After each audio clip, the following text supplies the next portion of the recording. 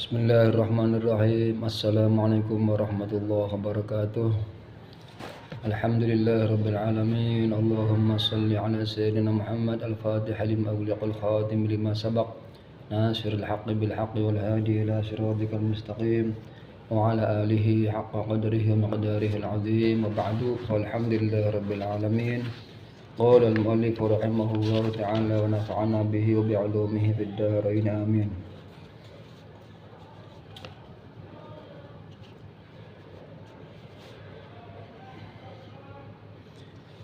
Wal kathiru minhu min markubin, dan termasuk najis yang dimaafkan dalam agama adalah wal kathiru minhu min markubin, bulu yang banyak yang sudah terpisah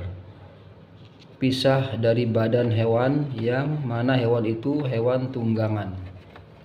Jadi hewan yang biasa buat dipakai kendaraan semacam kuda, keledai atau onta, itu bulu-bulunya itu terpisah pada rontok bulunya. Dan bulu yang rontok itu tidaklah najis.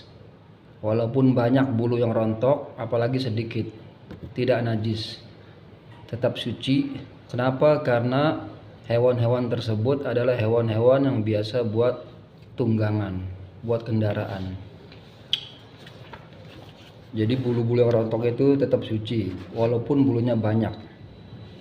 Habis naik kuda, berkuda, terus turun dari kuda, bulunya itu pada nempel di celana banyak, langsung datang waktu sholat pakai celana itu. Nah, itu sholatnya tetap sah. Kenapa? Karena bulu-bulu kuda itu suci walaupun banyak yang nempel di badan atau di pakaian kita. Karena kuda adalah termasuk binatang yang biasa buat tunggangan atau kendaraan.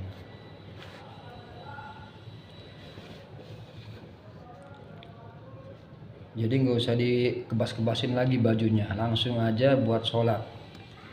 Walaupun masih banyak bulu-bulu kuda atau bulu-bulu onta atau keledai, pokoknya bulu-bulu binatang-binatang yang biasa buat kendaraan, silakan dipakai buat sholat itu pakaiannya, walaupun masih banyak bulu yang masih ada di situ di pakaian kita.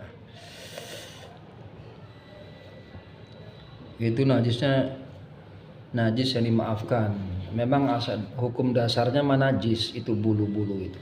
Bulu kuda itu kalau sudah terpisah dari badannya hukum dasarnya najis. Cuma dimaafkan oleh agama, nggak apa-apa. Walaupun bulunya banyak yang rontok itu. Walaupun banyak. Berbeda dengan binatang kucing. Binatang kucing itu kan bukan buat tunggangan.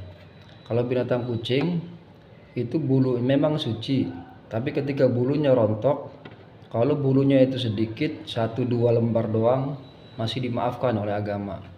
Dipakai sholat, umpama nempel di badan kita ada bulu kucing 2 biji, terus kita sholat, kita nggak tahu atau ada bulu itu, sholatnya tetap sah karena masih dianggap sedikit bulunya.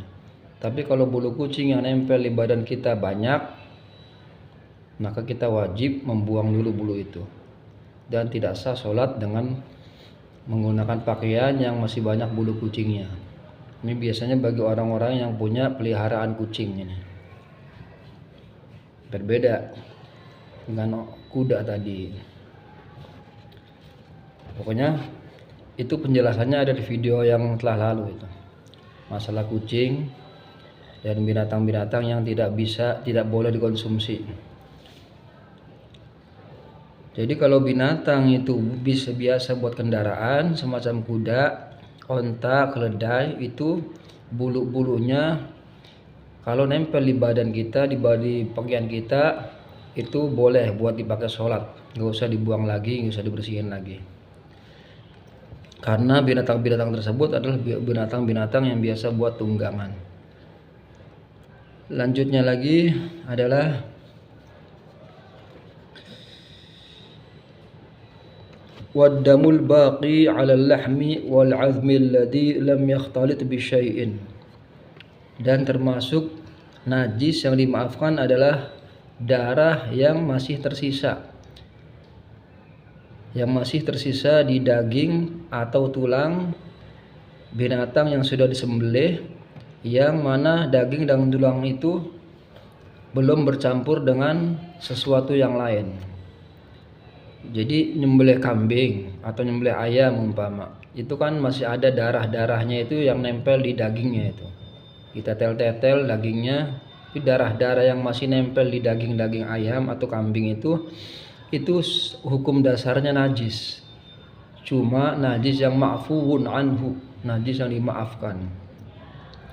Umpama nempel di tangan kita atau di baju kita, terus datang waktu sholat, kita langsung ambil wudhu, langsung sholat, nggak ganti baju lagi, itu tetap sholatnya sah, karena ketempelan darah yang dimaafkan oleh agama.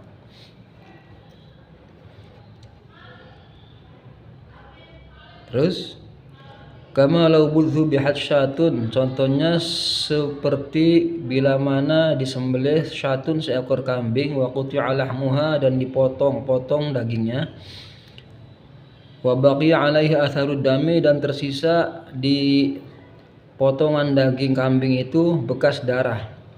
Jadi bekas darahnya itu masih ada yang tadi saya sebutkan. Itu dimaafkan.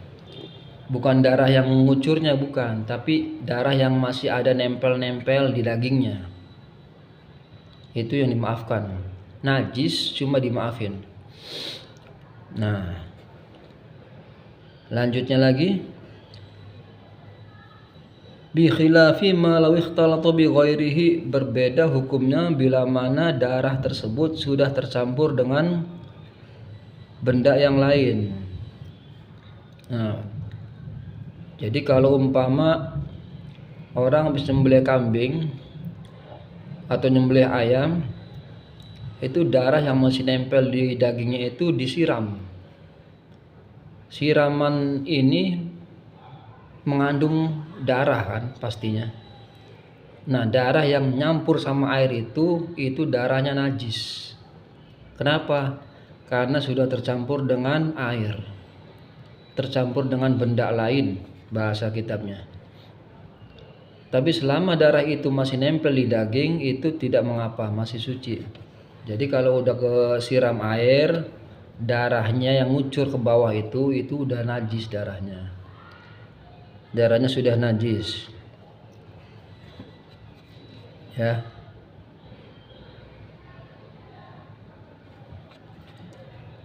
Kama yuf'alu, sebagaimana biasa dilakukan fil baqaril lati tuzbahu, pada sapi, sama, yang disembelih fil mahallil muaddi lidzabhiha, di tempat penyembelihan yang biasa disediakan buat penyembelihan sapi, tempat jagal. Al-ana, dewasa ini, di zaman sekarang ini, min sobil ma'i 'alaiha, yaitu dari menuangkan air di atasnya, di atas sapi yang sudah disembelih tadi. Tujuannya apa? Li'izalatid dami 'alaiha, untuk menghilangkan darah dari daging sapi tadi. Maka fa innal baqiya fi minad dami 'alal lahmi, maka sesungguhnya fa innal baqiya, sisaan darah minad dami 'alal lahmi, yang ada di atas daging sapi tadi, ba'da sobil ma'i, setelah dituangkan air, la yu'fa anhu, itu tidak dimaafkan. Nah, jadi saya jelaskan lagi, lebih jelas lagi, bahwasanya kalau daging kambing atau daging sapi atau daging ayam itu disembelih, dipotong-potong, itu dagingnya kan masih ada campuran darahnya. Selama tidak dicampur, tidak disiram dengan air, maka darah yang masih nempel di daging-daging tersebut masih dimaafkan oleh agama, masih suci, katakanlah masih suci. Tapi kalau sudah disiram sama air, maka sudah menjadi najis. Kalau kita nempel, baju nempel ke situ, terus kita pakai sholat, maka bajunya itu najis dan sholatnya tidak sah. Karena baju kita ketempelan najis, yaitu darah yang sudah tercampur dengan air tadi. Jadi walaupun darahnya masih ada di kulit, tapi sudah kecampur air, sudah kesiram air. Nah, disitulah sudah tercampur dengan benda lain, maka darahnya sudah menjadi najis. Makanya kalau sudah kecampur air, itu hukumnya sudah berubah.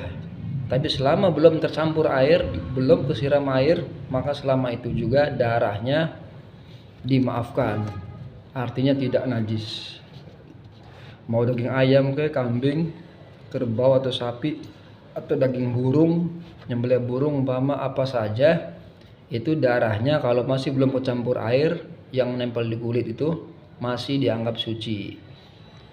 Walaupun najisnya dimaafkan. Tapi kalau sudah kesiram air buat bersihin darahnya, maka itu darahnya menjadi najis.